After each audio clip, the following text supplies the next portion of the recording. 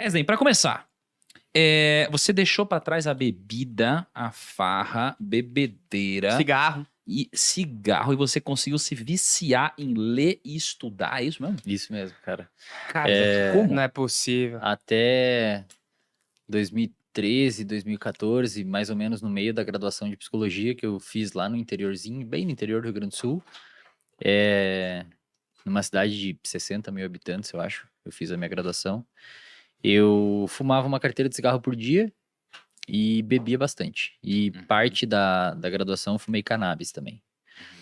E, cara, praticamente a minha vida era isso. Era fazer uso do álcool com função realmente de embriaguez, seja em festa, final de semana com os amigos, etc. Eu era muito sedentário, um leve sobrepeso, até que um dia eu já ficava. Eu tinha esses hábitos, né? Não estudava, não dava muita bola pra essas paradas, achava que todo mundo era errado e todo mundo era burro, só eu entendia das coisas e não sei o quê. Um perfil até relativamente comum de acadêmicos, né?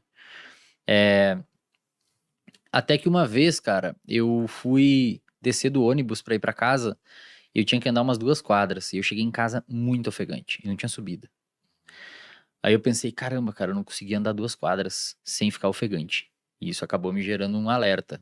Eu, pô, mas, sei lá, mas se eu tenho que correr de um ladrão, se eu tenho que. Não tenho nem condicionamento minimamente pra sobreviver numa, sei lá, na selva.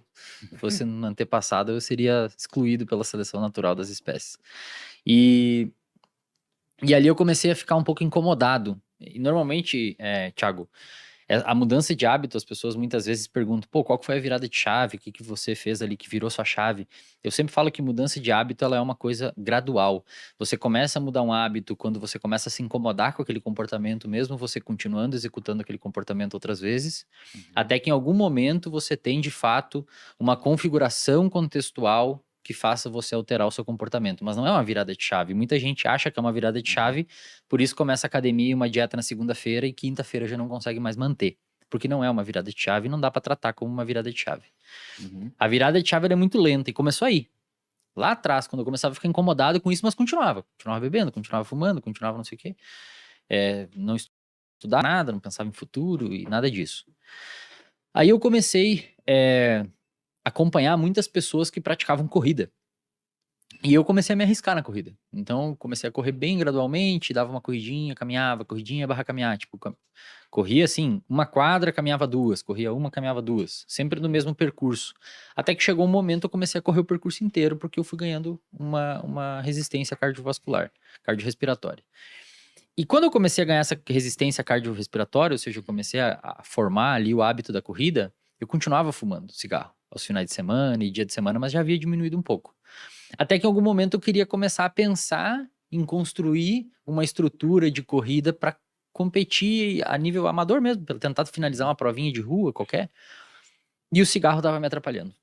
Então, eu sempre falo pra galera que quando você quer formar um hábito bom, quando você quer destruir um hábito ruim, é interessante você criar um bom que tenha uma competição com esse outro.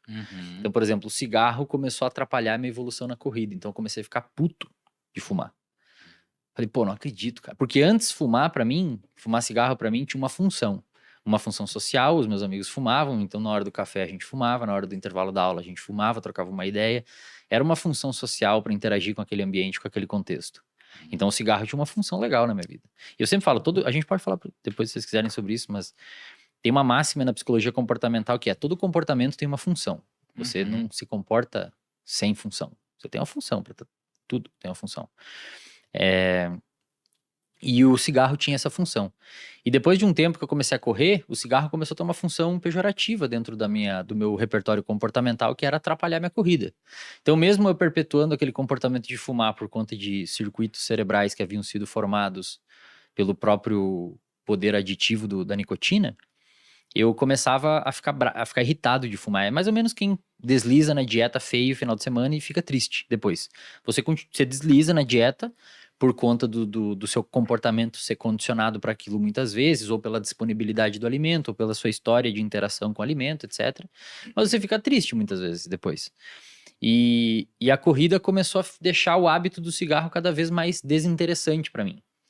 Até que um momento eu comecei a fumar só final de semana, até que outro momento eu comecei a fumar só quando eu via 1 ou 2 amigos, até que um momento eu percebi, cara, eu sempre tô fumando quando eu saio com aquela galera. É sempre quando eu saio com aquela galera que dá vontade de fumar.